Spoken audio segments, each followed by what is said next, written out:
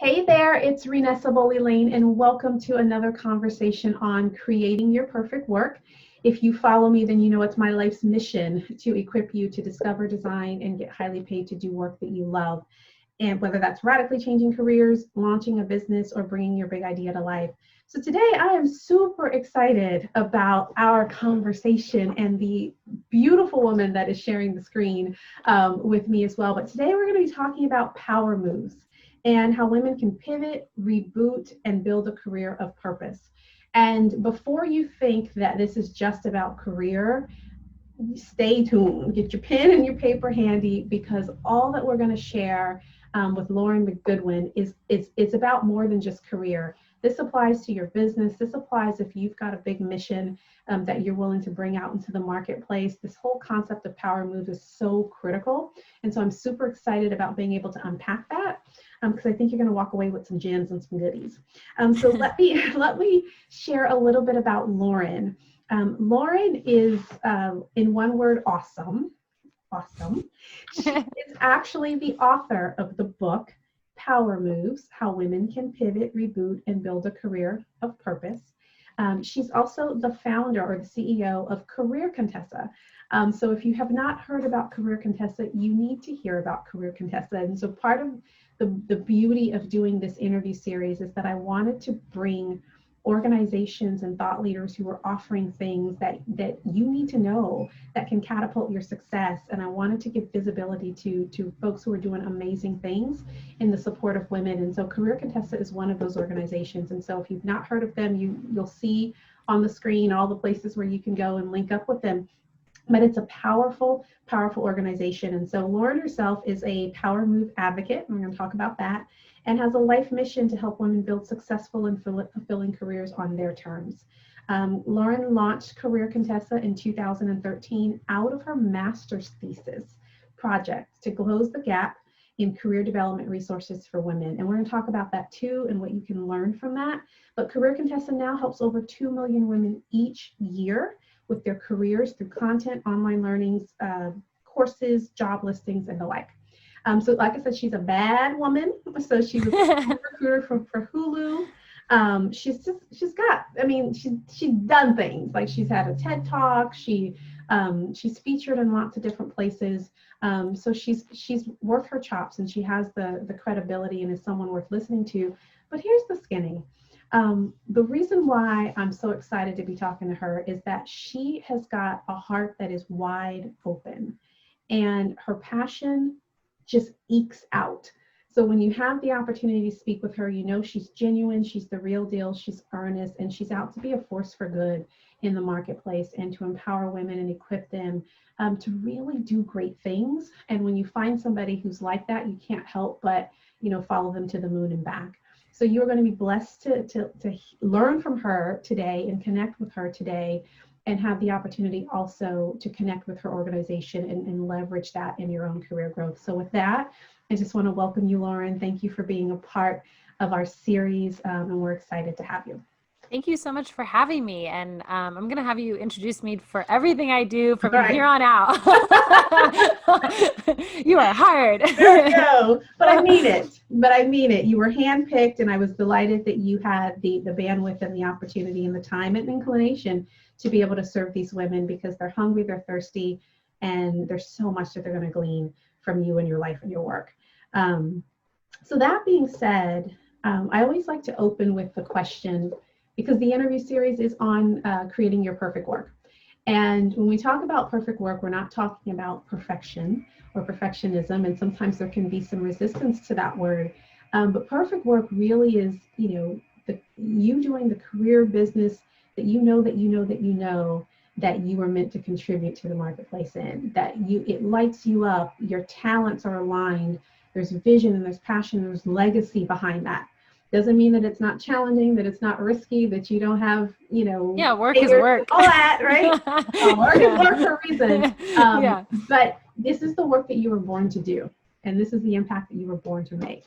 And so as you think about the work that you're doing now and all of its iterations, how do you know that right now what you're doing aligns to your perfect work? Yeah, absolutely. When I graduated during the last recession, which let's Welcome hope back. these, yeah, let's hope these are not every 10 years, right? I was working as an admin assistant at dental school, and it was like so far from the perfect work that is meant for me. And so when I found recruiting, it was like way closer to the Mhm. perfect work, but Career Contessa is the perfect work because what I loved about recruiting, I basically got to bring all of those pieces into what I do at Career Contessa and add on new skills that I didn't know I had. It's interesting. I actually went to college. My undergrad, I graduated as an education major. I wanted to be a teacher, and teachers they should be paid $10 billion a year. Oh my gosh. Absolutely. And so I decided I didn't want to do that. But it's interesting because what I do now at Career Contessa is I basically get to mix the parts of recruiting that I loved and the education. I love teaching. I love learning. I truly feel like knowledge is power, and it's the gateway to pretty much anything else that you want to do. And I do feel like, lifelong learning is truly a value of mine. So I feel like I'm so fortunate because I get to think and talk about careers all day, and it's, the world's biggest privilege to be able to help other people Mhm. consider that. And I think like a lot of entrepreneurs, they create the tool that they wish had existed or that they needed Yeah. at the time, and so if Career Contessa can help one person get clarity or insight or the tool they need to go from here to there in their career, I have been in a job that was literally a dead end and going nowhere, and I know how soul sucking that is, and I know how I guess just like it chips away at your confidence and all these other parts. And I've also had the other effect, where I've been at a company that was the right fit and a job that was the right fit, and obviously doing Career Contessa. And I know how big of a difference, people think about careers as living in this box. And I'm always like, no, that's just not the case, because you spend, most of your waking hours at work or doing something. And maybe that's a whole other issue that we need to Yeah. discuss as a society. But the point Yeah. being is that what you're doing and having that purpose drive you, for me, is the perfect work, So I agree. It's not about perfectionism. I mean, like I said, work is work. There are even days at this job where I'm like, oh, I don't want to do it. I have burnout, all those things. Like, I'm human, Yeah. but I do feel like what's perfect about my job is the fact that it really does align with a lot of my values and my skill sets. Mhm. I would say the challenging part of the job, and probably people know this, is like you also have to find something that will pay you for that. So it's Yeah. cool if you can like find those things. And then there's a third step that I feel can be actually the most challenging, which is how are you going to get hired or how are you going to get paid to do what you're doing? Yeah. So that's kind of, and I know your work, it revolves around that too. And it's important because it's like, look, we don't live in a fairy tale. We don't want people to think that stuff doesn't matter, because it does. And so I Yeah. think Career Contessa, at least my goal with it, has been to really toe this line of inspirational and aspirational, but also realistic and Yeah. tangible and actionable, because we don't live in a fairy tale. And I want to be very, very, clear on Yeah. that. Absolutely. I completely agree with you. I'm curious, how did Career Contessa come to be? Like, I know it was born out of your master's thesis, but how did it go from, hey, this is the thing I'm going to put out there to get my get my degree Yeah. and get the heck out of Dodge, Yeah. to now this is your livelihood, this is your baby, this is what you put out to the marketplace. Like, how did that happen? Yeah. So when I was working for that dental school, it was part of a major university. And here's a quick hack for everybody. Maybe not every university, but the university I worked for, they will pay for your graduate school. You can take one class per semester. So when I was in this dead end job, I was like, I should definitely enroll in a master's program because they'll pay for it. And at a minimum, it will, help. I was like, oh, it will look good on my resume or something. I wasn't like, I know exactly what I'm going to do with my degree. I Yeah. wasn't one of those people. So I was going to school and working as an admin, and I ended up, I think I was like 2 semesters away from graduating when I ended up getting the job at Hulu working in recruiting.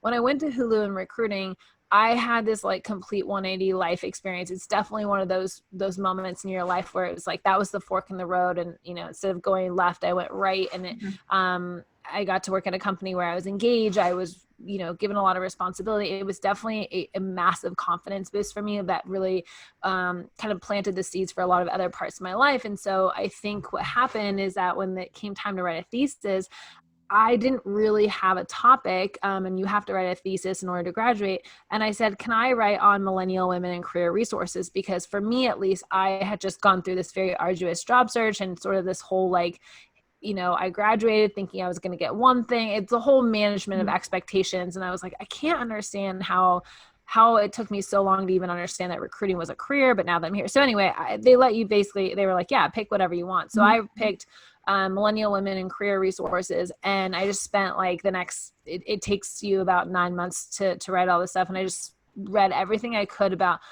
there was a lot of research coming out about millennials and women in the workplace. This was, I graduated in 2013. I was writing my thesis in like 2012-ish. So this was still pretty early for a lot of these conversations.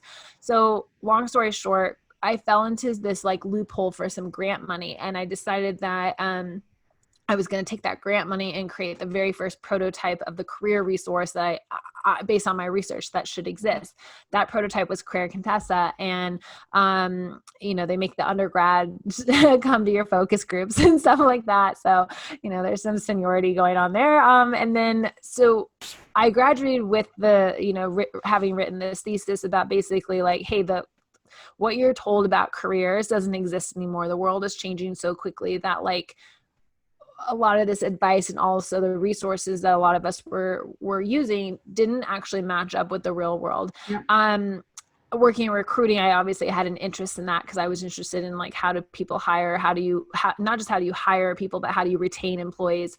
And I was actually traveling with a developer. He was asking me about it and he was asking me what I was going to do next. And I said, I don't know, maybe something in like project management or product management. And he's like, well, I hope you have a website. So I mostly kept it around because I thought I would leverage it into a new job opportunity. But when Hulu was sort of going through its transition from, like a lot of companies going from startup to like, it's toddler years, which now it's like definitely, teenager/adult kind of vibe. I was like, you know what? I should do this. If I'm going to do this, I should do this now. And I remember when I left, everyone was like, a career site for women, like that's like a bad idea. Like nobody needs that. But again, that was in late, I launched in 2013 as Career Contessa for, a consumer product while I was working still full-time at Hulu. When I left, it was still so early in those conversations. I mean, now I know all of us are like, I can't believe that someone ever said that. But I think what the point of the story is that like, I didn't set out to make it a company. I set out to do something I was really interested in. I really loved working on, and it was my side hustle. It was my side project from my work at Hulu. And I think that's a really important way to start something, whether you're going to leverage that into a, corporate full-time job or leverage it into your next job working for yourself. I think it's an amazing way to really do anything career-wise, especially if you're looking to make a pivot. I always tell people, if you can show and not just tell your skill set, that's really impressive. I mean, we obviously live in such a visual world, like people like those examples. So, so long answer to your question, but that was how Career Contessa got started, was really, a combination of my interests and my passions. But it didn't make me money at first, so it wasn't a business, that's for sure. What I love about the story, though, and I specifically wanted to ask you because I think people need to hear that. There's a couple things. There's another interview in the series with Richie Norton, and it's about the power of starting something stupid. That's the book that he wrote. And so we spent the whole time talking about stupid ideas, ideas that come to mind, and people are like, that's not going to happen, or sure, blah, blah, blah. And Career Contessa was a stupid idea, It was like, what are you doing? And you're quitting your job, and and so, but it was a hunch, and it was like, let me go and do something with this. Yeah. And there are women who are listening in, and men, all the ones that have crept in as well. They're listening to this, and they have an idea too, and there's something that they've been thinking about too, and so part of it is putting one foot in front of the other and just making that thing a reality. But it was a project for you. It wasn't like, oh my gosh, this is going to be my business and I'm about to take off and, this and that. And when I think back to when I started business to start a business. Mm-hmm. And if there was anything that I would do differently, and obviously it's hard to say that you would do different because you wouldn't be where you are, right? So it's not a regret. but there was so much pressure around it needing to work that I didn't create room in the space for failure, which isn't really failure, it's just testing, right? And so going through those iterations felt so much harder than it needed to be because it wasn't passion project. It wasn't something that, is the side hustle. There's a beauty in the side hustle because it Yeah, takes a lot of the pressure off of having to every decision has to be about a transaction and paying the mortgage and blah blah blah. totally. And so I love it for that reason, and I hope that those who are listening will take permission from that, for whatever that thing that's buzzing in here or buzzing in here, that there could be something about this thing. And sometimes it's about, let me get some value out to the marketplace, and then let me figure out how to better monetize this. Whereas if you're high achieving and you're driven, you're coming out of the gate like, I need to get paid, Yeah, so, totally. and in the going into getting paid, you may be missing the long-term game of really being able to create something that could be world class or what have you, because you may not have the patience to do it. So I love the Yeah. story for so many different reasons, different aspects. So in your book, and if you guys haven't gotten the book, get the book, Power Moves. It just came out in May. It's a great read. But in your book, you just talk about women, and your book is geared towards millennial women. It's kind of for and by millennial women. But the reality is, I'm Gen X, and I'm nodding my head and thinking, this is so applicable to my crew and beyond. And so you talk about how we got here, like how, as driven women, high achieving women, we get into these places where we might be achieving, but we're not fulfilled, or we create, a whole lot of just create a hot mess. So, Yeah. and a lot of it's thinking, and a lot of it's conditioning, a lot of it's expectations that may or may not be true, but kind of expound a little bit on what you learned in your research and your interviews and talking to people, and what you've done for Career Contessa to help us kind of deal with some of the stuff going on in our minds first, that can contribute to us not being able to experience the fulfillment we want. Yeah, absolutely. And I will say, even though I am a millennial and I talked a lot about stats related to millennials, even if you're not a millennial, everything that helped shape that generation, because we were this massive generation, right? There's more millennials than there are Gen Xers, which is partially why the research kind of always skews that way. But also the millennials were the first tech, generation to grow up with technology. They were the generation that had these parents whose, baby boomer parents, who their whole priority was around, not all of them, but these are all a lot of generalizations, but like they were the first generation where the parents, all of a sudden, there were like child safety laws put into place. Like all of a sudden, when you were a millennial growing up, whether you were or not, you were shaped by these policies because they obviously impact everybody. It was like, wow, you're important and like you are being groomed from the very beginning to recognize, hey, the math doesn't equate very well. There's more people applying to college than there are spots to get in. So you need to be a high achiever. X plus Y equals fulfillment.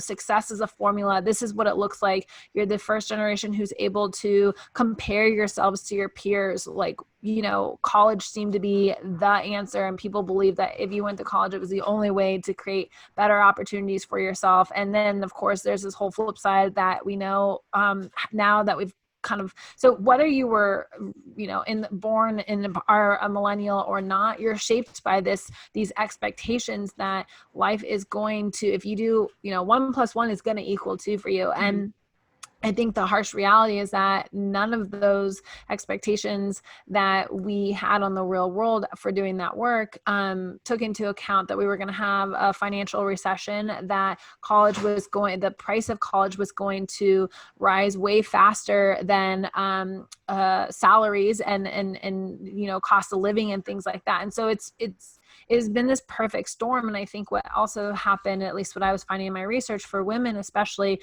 they were sort of this like second / like third wave of feminism where, and there's this great quote in the book that I got from this author who wrote a book, and she said, especially millennial women, but truly all women who were during that time, they were told you can be anything, and what they heard is you have to be everything. And so that, I think, resonates with a lot of women, whether you are a millennial, whether you are a baby boomer, and baby boomers, I think the difference is like there were less opportunities for them, right? They were still kind of having just to fight through for the, just to have equal opportunities. And, women didn't even get the right to have a credit card until like the 1970s. So we've made a lot of progress, and yet we weren't making very much progress. And I think even more importantly, it became very obvious and kind of the whole, how did we get here is like, I think what happens is then we end up with these, what I called expectation hangovers, which is a term I learned from my friend and fellow author, Christine Hassler. And essentially what the idea is that, we were told 1 + 1 = 2. Success is a formula. And if you can do that, then you're going to reach those milestones. And so when we do all these things, we go to college, we get the good jobs, we end up in what's been called an ambition collision, ambition ditch. It's this whole, I maybe am paid well, but I'm not fulfilled. And so I think it creates a lot of people to kind of stop in their tracks and say, where did I go wrong? Yeah.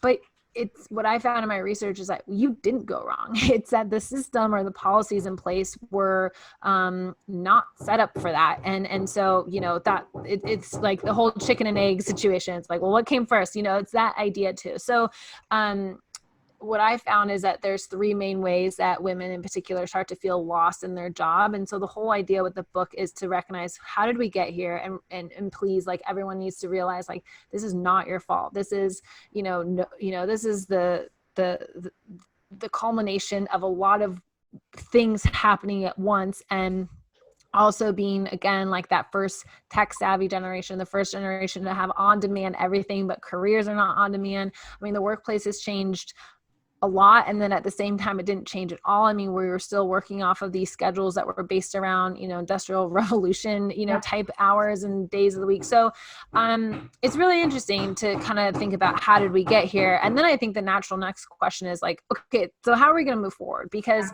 the whole goal is that, I want to be successful, but I also want to be fulfilled. And it's like, is that possible? And when I think after running Career Contessa for 7 years, is that I started to say, like, it is possible, because I've actually started to notice, like, there are these kind of like key ingredients and themes that happen among women who are able to build a successful and a fulfilling career. And by the way, the women that I interviewed for my book, they're all ages, all ethnicities, sexual orientations. Like, this is not about like just one type of person is getting this. And that's not to say that everybody has the same experience in any way, shape, or form. But the point being is, like, a lot of us were programmed based on certain, just kind of what past generations and growing up in that time frame, what we had. And so now it's sort of like, okay, now that we have this knowledge, how are we going to move forward with it? So that's what I found really interesting was that. And of course, I think the thought process is very much, everybody is kind of opening their eyes a little bit to it and being like, hey, this isn't, I was promised this, or I thought I was getting that, and I got this. Like I said, this kind of this like falling into an ambition ditch, recognizing you're having this expectation hangover. And so then it's sort of like, okay, well, how can we reset the expectations so that we don't do this again, or we can move forward with a fresh perspective? Absolutely. Because although it may not be my fault that I'm here, and I might not be responsible for getting here, I am responsible for getting out. And ultimately, right? And so you talk about, how did you phrase it? Oh, there were 3, was it 3, the career traps, I think it was. You talked about career traps. And so I'd love to expound upon that for a little bit, on what are those career traps that women can find themselves in. And sometimes you run head on by design, and sometimes you end up, there completely by accident. But again, doesn't matter how you got there, you got to figure out how to get out. So what have you been noticing as kind of the top 1, 2, 3 career traps for women before they make decisions to pivot? Yeah. So the first career trap is compare and despair. So, which is a term coined by a professor, Dr. Alyssa Westring. And what she found is that, especially since we have more access to be able to compare ourselves. So it used to be you just compare yourselves to the, next door Joneses. Now you can compare yourself to the digital Joneses, which allows you to compare yourself to thousands of people. We were the first generation to be applying to colleges and recognize where we were on the list, right? And there was a status related to all of that. What college you went to, where you worked, all of those things are so much more public than they ever used to be, but also compare and despair from social media, right? Being able to see what other people are doing. And so this is actually the first career trap is, comparing yourselves to other people at an amount that is like abnormal, unhealthy, and then it leads you to this whole despair. And they have a lot of research that actually showcases like direct links to depression, to like social media use and things like that. The second trap is busyness is a badge of honor. This is a really popular one where people equate busyness with status or productivity or success. And there's so many, I mean, we probably don't even need to go into this, but there's so many parts about this that we've kind of gotten wrong with the calculation of keeping ourselves busy for busyness sake, and then kind of bragging about this and seeing it as our badge of honor. But I'm so busy, I'm so tired. I know. Exactly. And it's funny, it's like you'll ask people, and not funny like the haha way, but it's funny in the, I guess, like, oof, this is scary. You'll say to people, how are you? And they're like, oh, I'm so busy. Yeah. So that happens a lot. And so the third trap, there's 4 of them. Third trap is big picture thinking. So most people think big picture thinking is a really good thing. It's not that big picture thinking is wrong. It's when you grow psychologically attached to this end goal, or again, you've set, the famous example of this is like someone who's decided they wanted to be a lawyer, right? So their big picture thinking is like, okay, I'm going to go to this law school, then I'm going to practice here, and then I'm going to do this thing. And you grow psychologically attached to this idea. And what they found, researchers, when I say they, it's usually researchers, what the researchers found is that wanting to pivot or change direction, which is a natural part of humans, is, growth mindset. Your interests are gonna ebb and flow. To get off of that track that you had planned so meticulously actually can be incredibly painful and hard for people. And so oftentimes they either just won't do it, or it has, again, like mental health issues for them, because then they feel lost. What are they going to do? They don't have this plan. And so there's definitely a safety and insane feeling of feeling like, oh, I've got life all planned out. Your identity is attached to that. Exactly. To that idea. And so, exactly. And so I forget, Tony Robbins said something, and I don't know, I'm going to quote it wrong, but he was talking about one of the strongest forces in the human nature is to be consistent with the identity that you have for yourself, right? Yeah. And so if you grew up and everyone told you were a screw up, and you bought into the fact that you're just a screw up, that as an adult, you will find a way to go screw it up, like consciously or unconsciously, because your identity is such, right? Yeah. So I can totally see that if you've created this idea in your mind of what success looks like, even if life gives you the gift that says, no, that's not going to be your best and highest good. And the pain of going head on, I'm going to go to XYZ company or law firm, and already walking in that you're walking into the trail of death, but you're going to go anyway, because there's this idea in your mind that that's what it looks like. And so I can completely get that. Yeah. And I think this happens this trap mostly gets high achievers, because high achievers love to have this set goal. They're working toward it, and they're basically never happy because they just keep moving the finish line on themselves. And so, a lot of people who are successful are high achievers. It's this good and bad side of them with that. But this career trap is, I think it's a trap because oftentimes people think it's a good thing, and it's not that it's a bad thing, but the problem with it, the challenge with this and why it's a trap, is that it doesn't leave room for you to be flexible, to adapt, and for you to embrace that versus fight against it. Yeah. And then the last career trap is the myth of the dream job, which, again, this is a very safe, sane, makes you feel good inside to have this like chasing for the dream job. And what it makes you believe is that there is one perfect job out there that's going to fulfill all and check all those boxes. It's the equivalent of thinking like, this dream partner exists for you. And so what happens is when people think about the dream job, they never imagine any of the negative parts. Yeah. Work is work, right? We talked about that when I first got on. And so when you consider your dream job, you're only considering like the amazing projects and the coworkers you get along with and the boss who's super engaged. But what about the hellish commute? What about the absentee boss? What about the coworker who you just can't seem to get along with and communicate with? So when you don't take into account, it's like all this optimistic, dreaming over here without any of the pessimism that you need in order to keep yourself in reality. But more importantly, to keep yourself in a place that when those challenges arise, you can take them on, right? You can figure out how to have those tough conversations with your boss. So that's the myth of the dream job. And the reason why it's a myth is not only does it not exist, but you don't want it to exist, because then it would be also this belief that there's only one perfect job out there. And once you find it, that's it. You don't grow anymore. You don't change. You don't adapt. And I think if you ask most people, hey, do you want to go back to working at the same place for 40 years, 9 to 5? A lot of people would be like, oh my gosh, absolutely not. Yep. Because what was in the reality is what was dream job 5 years ago or 10 years ago, not dream job today. Yeah. You've evolved, you've changed. What doesn't mean, I think directionally, from a purpose standpoint and a core purpose, there's always a connecting thread. But it's kind of like what was the perfect house, 5 years ago is not the perfect house today. Oh, we need to move, So I think it gives an agility and an ability to adapt, which I think can be really, really challenging for people when there's a control issue at play. Yeah. And I think the other thing I find that happens is like people have such high expectations on the job fulfilling every need that then they do this thing where they're like, I'm looking for a new job. I'm looking for a new job. It's like, well, you take yourself wherever you go. So like the common denominator here is you. And the fact that the minute something goes wrong or you don't like it or whatever, you jump and it's the job. Yeah, exactly. Yeah, no, that makes perfect sense.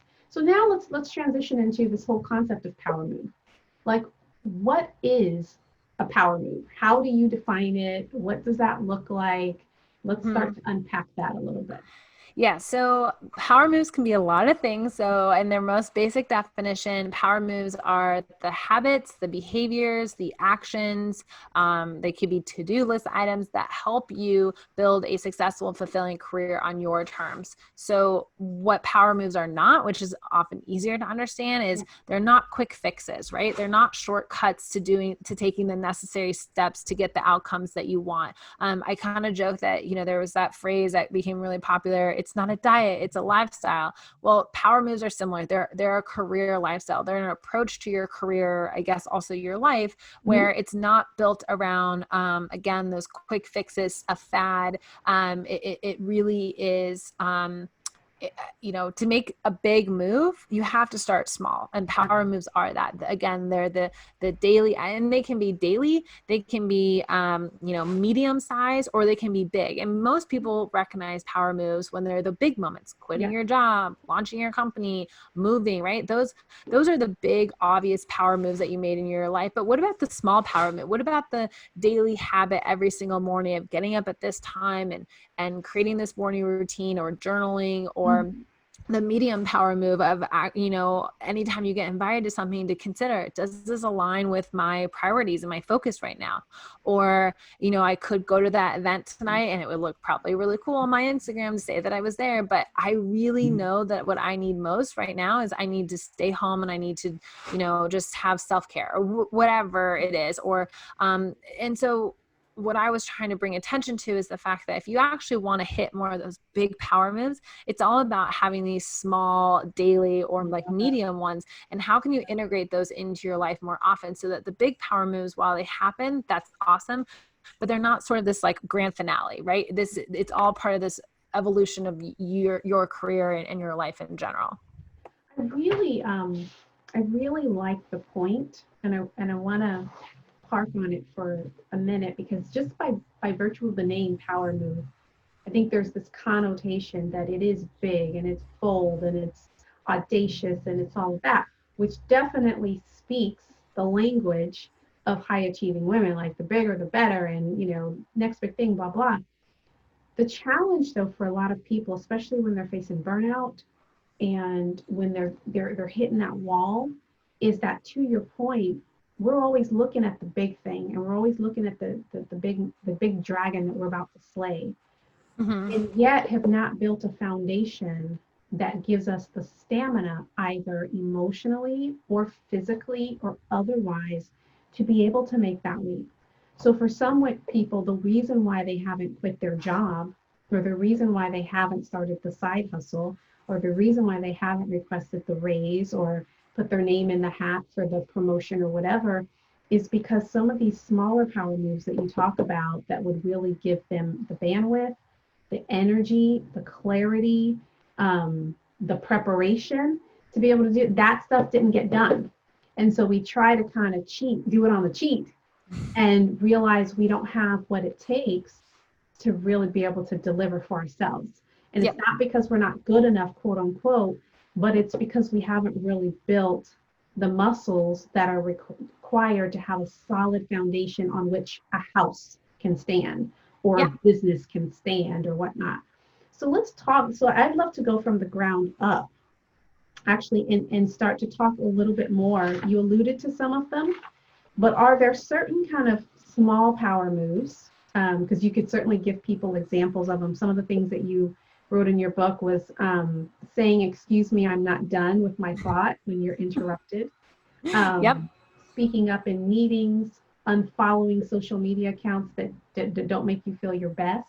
Mm-hmm. I mean, it's funny, like the whole idea of unsubscribing to something can be like such a traumatic decision, because you're like, oh my gosh, I don't want them to know that I know, whatever. Yeah. Replying to emails a few days later without apologizing for the delay. So not feeling like you've got to be, 24/7 on it. You talk about asking a manager to mentor you as a power move. Tell me about that one, because the whole idea of asking for help sometimes is surprisingly challenging for women in career. Like in the Yep. entrepreneurial space, people do it all the time. Like, I got a mentor, I got a coach. Like, there's this, you invest. I'm very surprised when I talk to my career clients how many of them have not invested in support, Yeah. whether it's asking for paid or unpaid or whatever.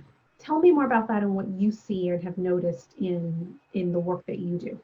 Yeah, I mean, especially for people who work at companies, I would say the question of that kind of goes back to the company that they work for. Are they creating an inclusive place that makes everyone feel like they have a voice and they can speak up, and that,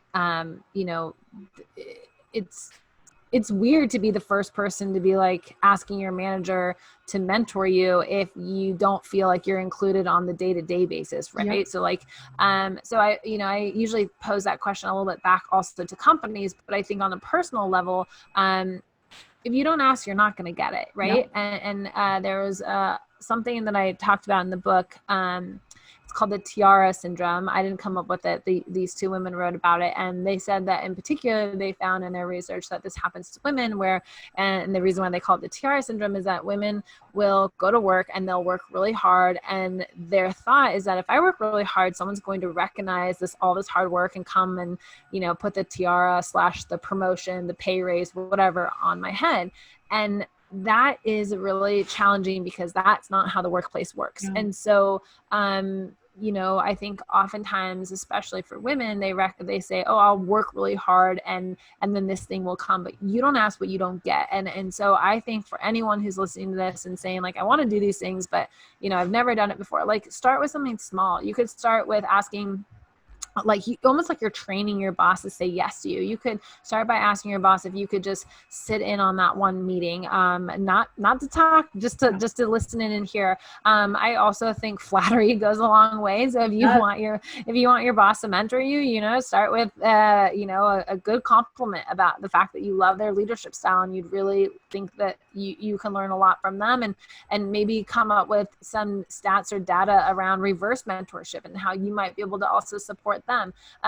Sometimes one of the most powerful things you can do in your career is ask how you can be helpful. Like, how can I help you? Or listen, ask someone some questions and just be a really good listener. So if you're nervous about the idea of asking your boss to mentor you, for example, start with maybe something smaller that's easier to get your boss to say yes to, that you feel more comfortable with, because all of these are muscles that get stronger the more you use them. But I also think that you also build up confidence in yourself, right? Like that imposter syndrome that says like, no way, you shouldn't ask for that. Your boss is never going to say yes.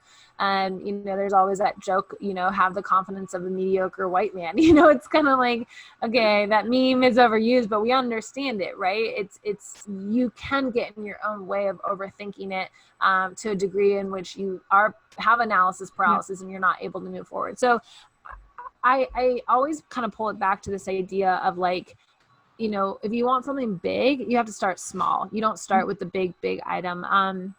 And I think that's the kind of, again, going back to power moves, that's why, if you want the big ones, you got to have these small things that you're doing first, for sure. Yeah. So I encourage folks, when you get the book, to really look at some of these smaller power moves, because they're things that you wouldn't necessarily associate with power, but it's really transformational. Little things like turning your phone or your email notifications off at a certain time.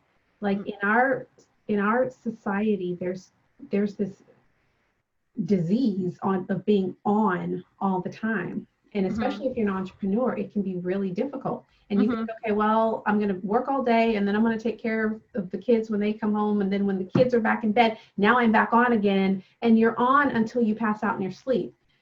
That doesn't set you up to really have the creativity and just the sharpness and all of that to be able to really do the things that are meaningful for you and to crush it in the ways they're really powerful. So there's little things here that I think make a huge difference. Not comparing yourself to strangers on the internet.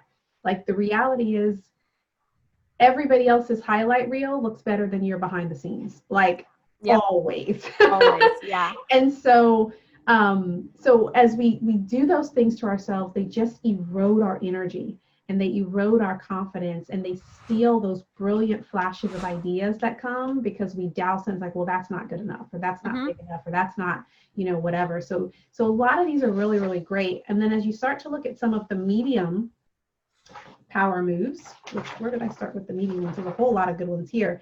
But medium power, getting an accountability partner, setting goals for your money, creating, scheduling how you're going to build out your network.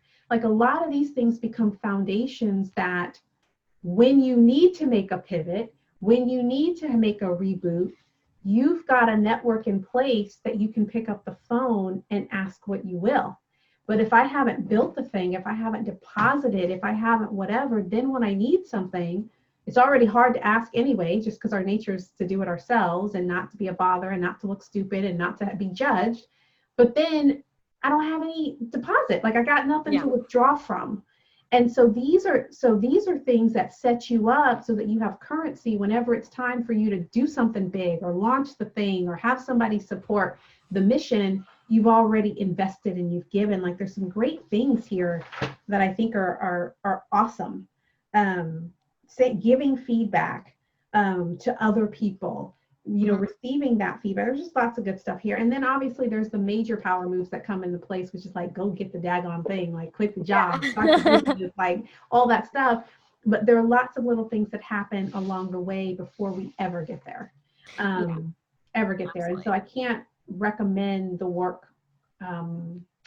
highly enough, because there's a lot of practical tips and all of them aren't going to apply to you, obviously, but there are things that you can pick and be like, yep, that's what I need to do. Or the thing that hits you in the gut and you're like, oh, I've been hearing about this for years. Like that's the thing that you need to nail to set yourself up to redesign your success, whatever that happens to look like.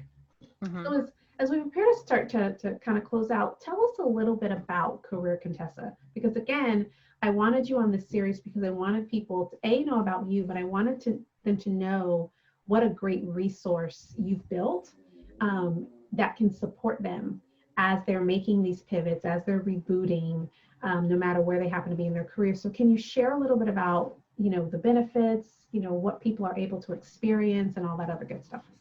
Yeah, absolutely. So we are a one-stop shop for your career needs, essentially. And when I say shop, I mean we're a resource, and we have everything from articles to videos to podcast episodes. So depending on your learning style, some people want to read, some people want to listen, some people want to watch. We've created tons of content on a variety of basically every professional topic, and literally new ideas come to us every day from readers who will talk to us about, sometimes interpersonal, situations at work that they need help with, or job search advice or anything like that. So we have lots of advice in a variety of ways. And I kind of joke that on the Career Contessa website, it's very a la carte. You can be someone who reads an article and that's totally self-directed, or you can kind of move up the chain, and we have all the way up to more supported resources, such as we have a career coaching marketplace. We have online webinars, which are essentially our digital events that are live that you can attend. We have online learning courses that focus on the areas of business, leadership, and communication. We also have a jobs board.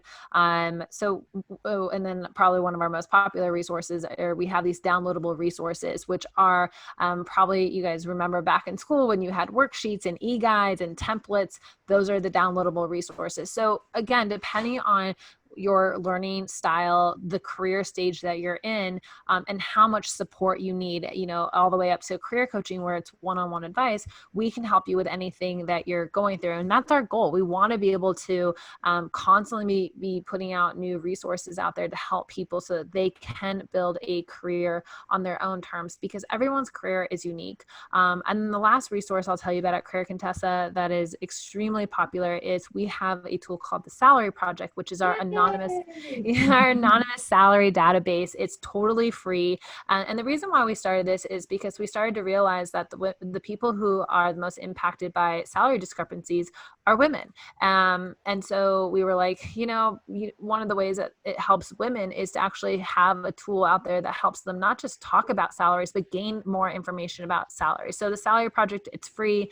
It takes about 5 minutes to fill out, and then you get access to all of the salaries in our database. And we're actually the only online salary tool on the internet that will give you access to all of the data. So what most of them do is you fill out the survey, and they'll say, okay, here, Lauren, here's how your salary compares to other recruiters. But what if you're trying to make a career switch? Or maybe you don't want to be a recruiter at your company anymore. You want to do this or something else. So it's not actually that helpful to only be compared to your own job title. So with our salary project, you literally, it's kind of like a big Excel sheet, and you can sort and filter based on location, industry, job function, age, all the things. And I am personally a big advocate for salary transparency, because I feel like the more transparency that you can have around salaries, it actually starts to seep into your culture more transparency. So maybe once you guys start talking about salaries, and it's like, oh, here's some transparency about the fact that, I'm always interrupted in a meeting, or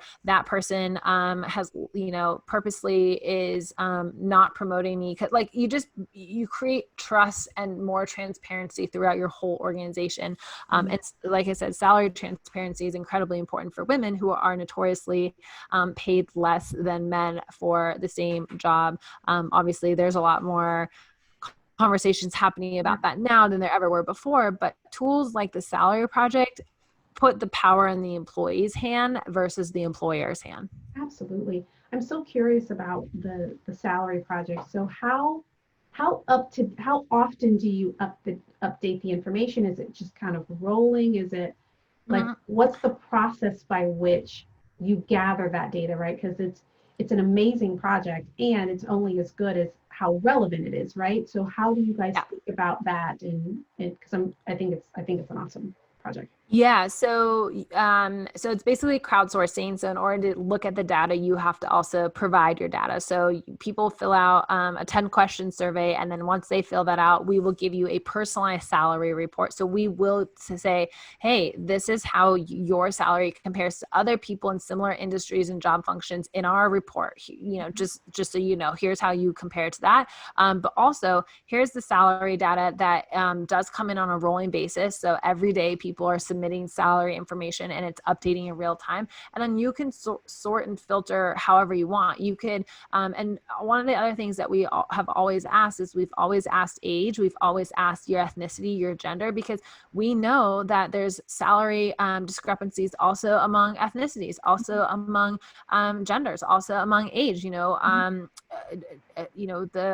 bias for people who are older in the workplace is also incredibly alarming too. So The data is all there. It's updated in real time. And then we obviously weed out anything that is, if someone were to put $1 million in there or $0, all of that stuff automatically gets weeded out. But what's really fascinating about the crowdsourcing thing is that because it's people helping other people, you don't get as much of that kind of stuff because the only way you get access is by giving your information. So so it's updating in real time. There's over 60,000 salaries in there, and we do our best to also create some content around it. So we've done some fun stuff like here are the highest paying jobs in California, and again, this is just sort of that, like when I started Career Contessa, there wasn't a tool out there that gave you this information. So when you're trying to make decisions and you're making them blindly, that's really hard. But when you're able to be more informed, you can make better decisions, and I think that is kind of the point of Career Contessa, is especially with women, we want to give them access to information, tools, resources, people that can help them make the best decisions for them. Of course, we're not going to make good decisions if we're being left out of conversations and we're not in the room and nobody's mentoring us. And so I feel like at Career Contessa, it's like, look, we can help inspire you and give you actionable tools to help you make your workplace better, but we can definitely give you the tools that you need as an individual to kind of take control of your career.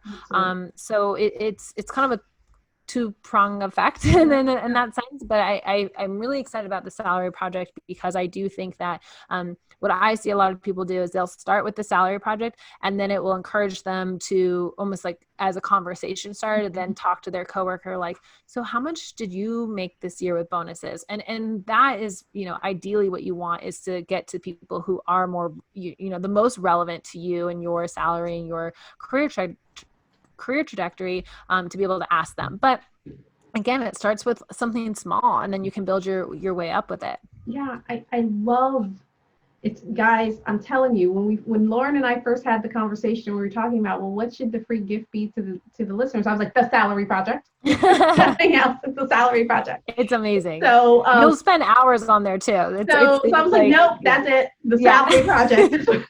So if you are listening to this interview, you will see a link down at the bottom of the page for you to be able to get access to the salary project. Fill it out, click on it, get your report, send it around to other people, because obviously the more data that you have, the more accurate it is, the more relevant it is, and the more useful it would be for you as you decide to, to think about a pivot. But you mentioned something that in closing, I think was really important, and it came out of another interview as well. And we were talking about, the question that I posed was, how do you get access to the salary information, right? Because you want to go in to negotiate. So it was an interview on negotiation, and the whole issue was you needed to be prepared, you need to do your homework, you need to know what you're worth and all that kind of stuff. And so the devil's advocate question was, well, how do you find that information? Because it's not always publicly available information. Sometimes the little sites are not all that reliable. It's not that relevant or what have you.